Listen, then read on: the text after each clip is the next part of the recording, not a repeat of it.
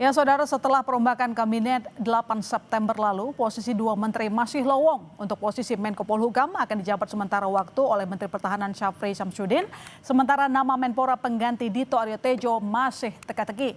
Mengapa dua posisi ini belum diumumkan? Apa pertimbangannya? Kami akan membahasnya bersama Wakil Kepala Staf Kepresidenan M. Kodari dan Direktur Eksekutif Parameter Politik Adi Prayitno. Selamat petang Pak Kodari, selamat petang Mas Adi. Selamat petang. Terima kasih telah bergabung di Kompas Petang. Saya langsung ke Pak Kodari dulu kalau begitu. Nama Menko Polhukam apakah sudah dikantongi oleh Presiden? Ya, kata Presiden tadi kan sabar kepada teman-teman, nanti akan ada waktunya. Jadi yang penting bahwa tugas pokok dari Menko Polkam, kemudian Menpora yang masih belum ditentukan pejabat definitifnya tetap dilaksanakan dengan baik, dan kita sudah tahu bahwa ada pejabatnya pada hari ini. Untuk Menko Polkam ada Pak Syafri Samsudin, Ya. seorang menteri yang senior, dekat dengan Pak Prabowo, berpengalaman dalam dunia pertahanan, sangat-sangat panjang, merangkap Menteri Pertahanan. Jadi saya kira tugas-tugas yang ada di Menko Polhukam pasti berjalan dengan baik. Kemudian untuk Kemenpora kan ada posisi wakil menteri. Saya kira pada hari ini kita bisa melihat bagaimana memang peran penting dari seorang wakil menteri, ya, artinya dalam suatu situasi yang khusus, bukan hanya berbagi tugas dengan Menporanya, dengan menterinya, tapi juga bisa menggantikan ketika masih belum ada. Dan saya kira juga sama, siapa yang akan meragukan kapasitas dan kapabilitas Mas Taufik Hidayat. Beliau adalah salah satu atlet andalan kita pada masanya, juara dunia, dan masih muda. Jadi memang proses-proses yang berjalan di Kemenpora tetap berjalan dengan baik. Oke, tapi artinya memang posisi Menko Polhukam maupun Menpora sudah dikantongi, atau justru mungkin ada potensi Pak Syafri yang nanti jadi Menko Polhukam juga? Nah, saya kembali kepada adagium waktu saya dulu menjadi pengamat, ya, bahwa kalau bicara reshuffle hanya Tuhan dan Presiden yang tahu itu. Saya kira Mas Adi Prayitno kalau ditanya juga kembali kepada adagium itu. Oke, cuma Presiden dan Tuhan yang tahu. Tapi pertanyaannya begini sih Pak Kodari, ketika diumumkan di istana kita jadi bertanya-tanya kenapa dua posisi tidak diumumkan sekaligus? Apa alasannya? Ya, pasti kembali lagi bahwa Presiden punya pertimbangan yang matang, ya, seperti kata Mas Gibran. Kalau jadi Presiden itu pasti ada berbagai macam variabel yang tidak semua kita sebagai katakanlah bawahannya atau masyarakat tahu. Yang kedua, masukannya juga banyak begitu. Jadi mungkin sudah saatnya diganti, tetapi untuk mencari pengganti itu memerlukan waktu. Kadang-kadang bukan nggak ada, tapi karena ada pilihannya beberapa gitu. Jadi baik. timbang-timbang komunikasi begitu. Dan apalagi nanti kalau misalnya kandidatnya punya latar belakang partai politik, jadi yang harus didiskusikan atau diajak bicarakan bukan cuma yang bersangkutan, tetapi juga dengan partai dari mana pengganti itu berasal gitu. Oke, Mas Adi, dua belum diumumkan. Pak Kodari juga bilang bahwa yang tahu cuma Presiden dan juga Tuhan. Tapi kalau kita lihat di sini tampaknya ada kalkulasi politik di belakang, gitu bukan Mas Adi? Saya termasuk yang meyakini bahwa sebenarnya Bang Kodari ini sudah punya bocoran. Bocornya itu bukan halus, tapi bocor tebal. Tapi karena belum resmi diumumkan oleh Presiden dan pemerintah, tentu belum disampaikan secara terbuka oleh publik. Nah, ini pertama kali mungkin dalam sejarah ketika ada reshuffle tapi penggantinya tidak langsung diumumkan dan tidak segera dilantik. Ini kan mengindikasikan bahwa sebenarnya menteri itu memang dalam banyak hal hanyalah sebatas pembantu presiden. Jikapun tidak ada menteri ataupun Menko, masih bisa negara ini berjalan tanpa menteri. Apalagi kita tahu misalnya masih ada posisi wamen yang saya kira masih bisa mengaksentuasi tugas-tugas kementerian, termasuk misalnya soal Menko yang sebenarnya tidak langsung terkait dengan kementerian-kementerian strategis untuk mengambil keputusan, tapi lebih sebagai upaya untuk mengkoordinasi bidang-bidang terkait seperti Menko Polhukam. Kan sebenarnya yang bisa mengeksekusi keputusan-keputusan strategisnya adalah kementerian-kementerian terkait di dalamnya. Wajar kalau kemudian ini saya sebut sebagai pertama kali mungkin dalam sejarah di mana reshuffle tidak langsung ada pengganti yang diumumkan dilantik. Yang pertama di situ. Nah, yang kedua tentu publik berspekulasi, pasti ada sesuatu yang sedang dibicarakan secara serius soal posisi menteri ini. Karena kan spekulasinya sampai detik ini masih cukup liar ya. Misalnya soal posisi Menteri Pemuda dan Olahraga. Katanya kemarin kenapa tidak diumumkan dan tidak dilantik? Karena yang bersangkutan sedang berada di luar kota. Tak lama setelah itu kan muncul nama-nama. Ada Putkom, Putri Komarudin, Ya. seorang politisi dari Golkar. Kemudian tak lama Mhm. setelah itu muncul nama Raffi Ahmad. Kemudian disusul nama Moreno, ya seorang politisi, anggota DPR dan saat ini adalah Oke. kadernya Gerindra. Mhm. Tiga nama ini yang belakangan ini memang memenuhi spotlight soal bagaimana menjadi Menteri Pemuda dan Olahraga. Tapi Oke. di antara nama ini ya kalau saya sih menduga rasa-rasanya memang lebih dekat ke Gerindra, ada kecenderungan mungkin akan mengisi posisi itu karena Baik. pada saat yang bersamaan sudah ada kader Partai Golkar yang kemudian menggantikan posisi Menteri Oke, P2MI ya. Mas Adi, kalau misalnya kita fokus bahas soal Menko Polhukam begitu, apakah reshuffle ini berkaitan juga dengan aksi demonstrasi kemarin? Karena yang dicopot adalah Menko Polhukamnya. Kalau kita mau jujur ya sebenarnya mendengarkan statement dari istana dan pemerintah itu dibantah dan tidak ada kaitannya dengan urusan protes dan demonstrasi. Dan bahkan kalau kita mau jujur sebenarnya Pak Menko Polhukam dalam hitungan beberapa bulan memang tidak terlampau kelihatan ke publik. Saya menduga jangan-jangan ada faktor lain yang memang tidak ada kaitannya dengan aksi demonstrasi ataupun protes dan itu tidak disampaikan kepada publik.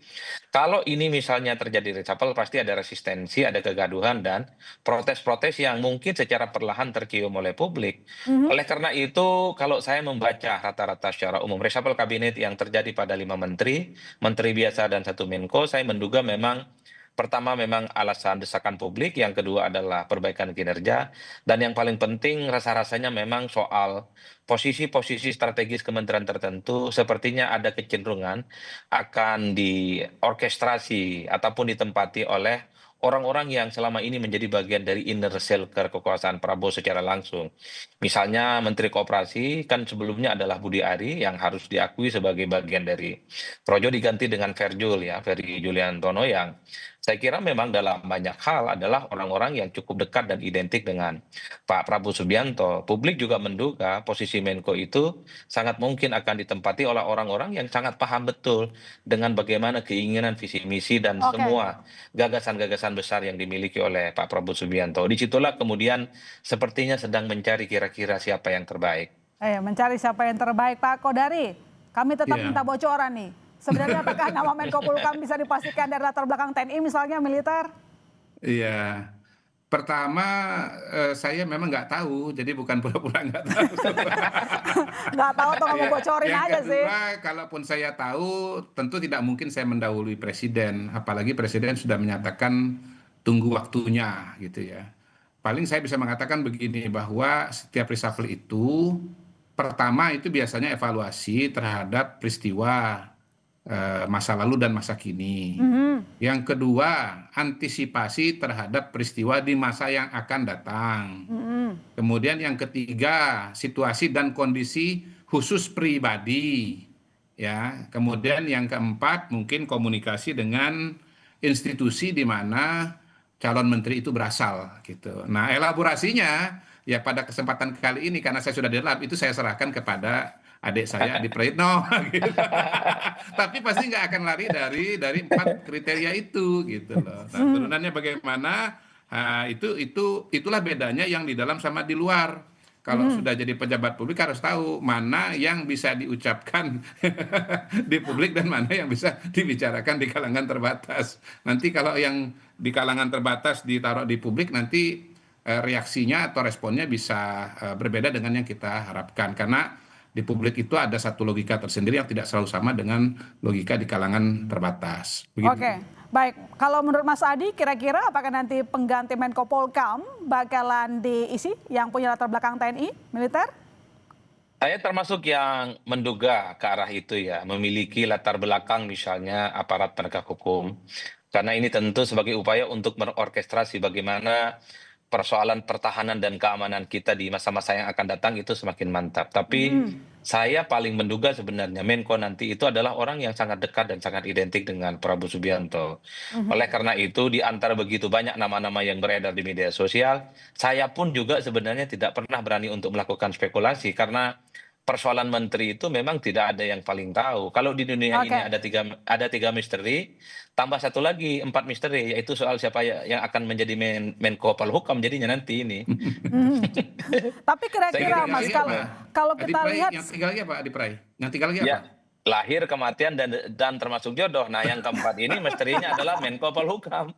Oke, tapi ketika Menko Polkam dijabat oleh satu orang, bukankah ini agak sedikit riskan dan menimbulkan tanda tanya di publik? Nanti dijawab, kami segera kembali saudara. Tetap di Kompas Petang.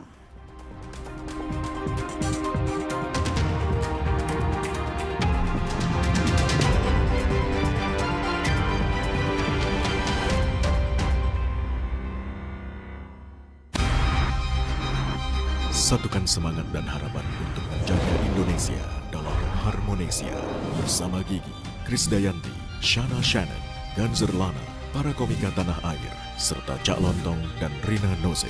Eratkan persatuan dan kebersamaan dalam 14 tahun Kompas TV Harmonesia. Kamis 11 September pukul 7:30 malam live di Kompas TV. Teman terpercaya. Umpan lambung apa umpan terobosan yang terbaik? Rido! Do! Seger-seger, luwak white coffee. Luwak white coffee less sugar dulu. Wah, Luwak white coffee less sugar dibuat dengan susu rendah lemak, rendah gula, rendah kalori. Menangkan 5 tiket nonton langsung Piala Dunia. Kirim 5 bungkus kopi luwak apa saja. Foto dan upload ke sosial media tag Kopi Luwak Official. Buruan kirim, pemenang akan segera dipilih. Luwak white coffee, rendah gula. Nyaman diminum. Kok yang ini, Pak? Kalau tutupnya aja gini, isinya gimana? Tidak semua air itu sama. Aqua dalam galon yang dibersihkan 20 kali, diisi tanpa tersentuh tangan dan ditutup sempurna. Aqua, 100% murni, 100% aman. Sakit kepala, sakit punggung, minum Panadol Extra. Satset dan efektif redakan berbagai nyeri mengganggu. Panadol Extra, redakan 7 gejala dengan 1 kaplet. Maxim tapi nggak maksimum. Bantu recharge dengan Maison Coco Boost. Dari kelapa hijau asli dan 808 mg elektrolit. Maison Coco Boost bikin lo on terus. Komisi Kejaksaan Republik Indonesia adalah lembaga independen yang dibentuk Presiden untuk memastikan kejaksaan bekerja dengan bersih dan profesional, mengawasi kinerja, menilai perilaku, menjadi jembatan aspirasi publik sekaligus pengawal moral agar jaksa sebagai penegak hukum selalu tegak, bersih, dan dipercaya rakyat. Jurnal Adiaksa, Jumat 12 September pukul 1:30 siang di Kompas TV. Dipersembahkan oleh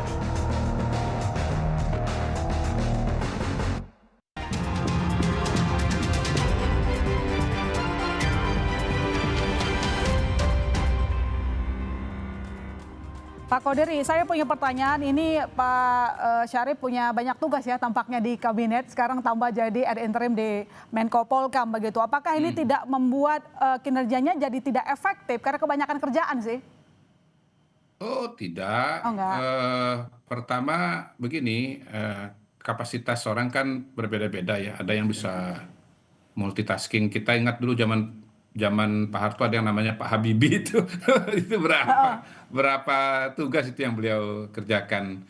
Saya pernah punya pengalaman juga Menteri BUMN gitu ya.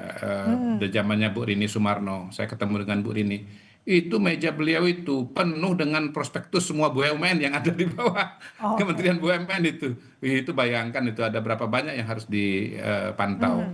Kemudian yang ketiga memang tadi kembali sudah ada posisi wakil menteri ya. Di Menko Polkam itu ada Pak Ludwig ya. Pak Ludwig beliau sering memimpin rapat. Saya kalau dalam rapat-rapat koordinasi sering ketemu dengan Pak Ludwig Paulus, dan saya kira kembali lagi seperti yang saya sampaikan di depan bahwa antara menteri dengan wakil itu bisa berbagi tugas ya, salah satunya dalam manajemen isu, manajemen program, dan karena itu tidak akan jadi masalah. Oke, Mas Adi, nama Menko Polkam yang baru belum diumumkan. Kira-kira apakah ini tanda bahwa Presiden sangat hati-hati begitu memilih sosok pengganti? Ya, saya kira memang itu mengkonfirmasi bahwa sebenarnya untuk mencari pengganti Menko Polhukam itu bukan perkara gampang. Sekalipun sebenarnya banyak sekali sosok-sosok penting di sekitaran pemerintahan dan istana kali ini memiliki kapasitas, kompetensi, dan kemampuan untuk menempati posisi itu. Kalau saya membaca kecenderungan rata-rata secara umum, untuk dua posisi yang saat ini kosong di posisi menteri, saya melihatnya ini terlampau sepi dan tidak terlampau banyak juga yang bicara, terutama dari unsur-unsur pemerintah, ataupun jubir istana, ataupun PCO. Kemungkinannya ada dua hal, ya takut salah statement, yang kedua ya takut dipelintir-pelintir halus.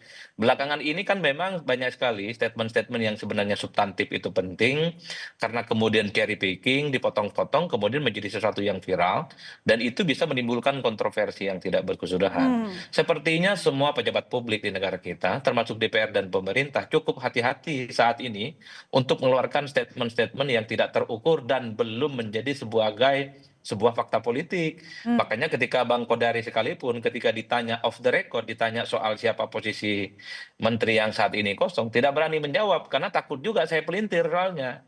Takut saya ngomong informasinya dalam dan dianggap sebagai sesuatu yang justru akan menimbulkan kegaduhan. Tapi Fiona, satu hal yang pasti bahwa publik sebenarnya butuh sebenarnya untuk buru-buru tahu secara persis sebenarnya siapa menteri yang kemudian akan menggantikan posisi Menteri Pemuda Olahraga dan Menko Polhukam ya. Karena saya kira ini sudah hampir 1 minggu dari proses reshuffle dan tentu saja wajah-wajah yang baru inilah yang kemudian diharapkan bagaimana persoalan-persoalan di kementerian yang saat ini mungkin compang-camping dan sebelumnya tidak maksimal bisa tuntas dan sehingga ada sesuatu yang sesuai dengan harapan. Saya kira di situ. Baik, saya ke Pak Kodari. Dari Menko Polhukam coba kita bergerak ke posisi yang lain yang juga masih kosong. Rahayu mundur dari DPR. Apakah memang Rahayu ada indikasi bergabung ke kabinet?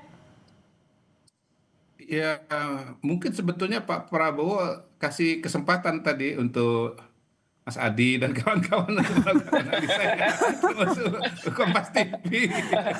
Karena kebetulan kan yang barusan disebut inisialnya R juga itu.